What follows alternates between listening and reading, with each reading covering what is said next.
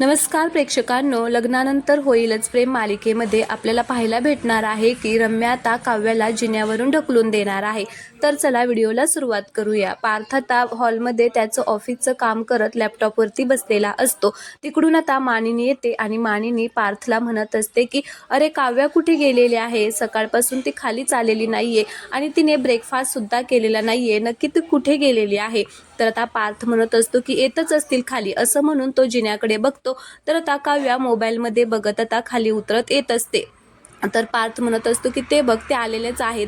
तर आता तेवढ्यात पाठीमागून रम्या सुद्धा येत असते। तर आता काव्याला जिन्यावरून उतरत असताना पाहून रम्या आता प्लॅन करते आणि ती अशी झटपट आता तिच्या पाठीमागे खाली उतरत येते। तिला धक्का द्यायला जाते, पण तेवढ्यात आता तिकडे तिला पार्थ दिसतो। आता पार्थला पाहून ती दचकते आणि तिला धक्का द्यायच्या ऐवजी मुद्दाम आता तिला सावरण्याचं नाटक करत असते आणि म्हणत असते की अगं काव्या, पडली असती ना।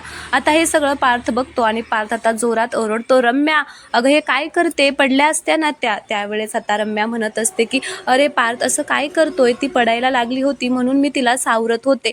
आणि नाटक करत काव्यालाच म्हणत असते की काव्या अगं हे काय चाललंय तुझं, तुला आता जपून पावलं टाकावे लागणार आहे, तुझं लक्ष कुठे आहे। आता सगळं काही ती काव्यावरतीच आणते आणि स्वतः मात्र आता या सगळ्यातून सुटण्याचा प्रयत्न करत असते, कारण आता पार्थचं लक्ष विचलित करण्यासाठी। तर पार्थ आता काव्याला घेऊन तिकडे आता सोप्यावरती जातो आणि म्हणत असतो की काव्या अव्यवस्थित चाला ना।